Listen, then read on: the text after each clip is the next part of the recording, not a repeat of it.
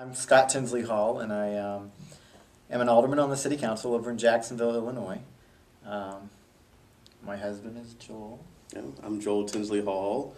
I work for the Imagine Foundation. I work with a lot of kids and children with special needs. We are involved in Big Brothers Big Sisters. Yeah, that's what I love to do. I love with kids.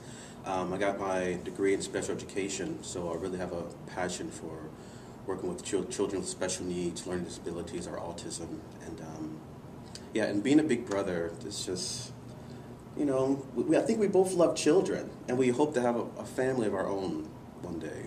I think that's what our long-time goal is. We started down the path. We've filled out the paperwork for foster parenting, went through the classes, had our background checks, and we're moving down that path. Yeah, we are. Eventually, one day, have adoption. We met in Seattle, Washington. I just got out of the Army, so I was working in Seattle. We had plans to go on a date, and I went up to pick him up, and I had two options. I said, when he gets in the car, I'll decide whether we're going to this cheap little pub for dinner, or I had made reservations at this very nice restaurant. It was a live jazz and Louisiana type food. And when he got in the car, we headed to the expensive restaurant. I'm originally from here, a small town here in central Illinois. Country boy. And so I brought the city boy to the country. Yeah. It was strange at first, seeing all the corn and all the fields and cows and stuff, but after a while I got used to it. And the community we live in is really nice. So.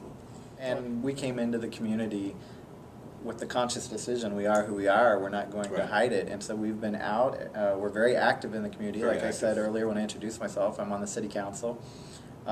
People just know it's Scott and Joel. As soon as I came on the council, my first priority was getting sexual orientation into our non-discrimination policy, into our human relations ordinance. And I didn't quite know how that would be taken or if it would even pass, but it passed unanimously. And again, here's a town in farm country in central Illinois, very conservative usually as far as their political views go, but a unanimous vote to add that to our non-discrimination policy. We had talked about getting married ever since we moved to Illinois, and we just thought, well, civil unions are going to pass, they're going to pass, they're going to pass. And we waited and waited and waited, and it just never happened. And lo and behold, Iowa, just the state next door. We are. I mean, we both are members of the Congregational Church in Jacksonville, United Church of Christ, affiliated, and I'm the music director there, and we're very much involved in our church. She's on the board of our church. And actually, our pastor there went to Iowa with us and married us in Iowa.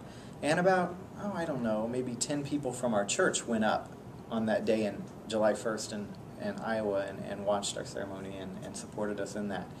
Then in October we had a larger celebration in Illinois where we renewed our vows at our church where family and friends could come, and we had marriage is between two people in our hearts, and we were already married. Yeah.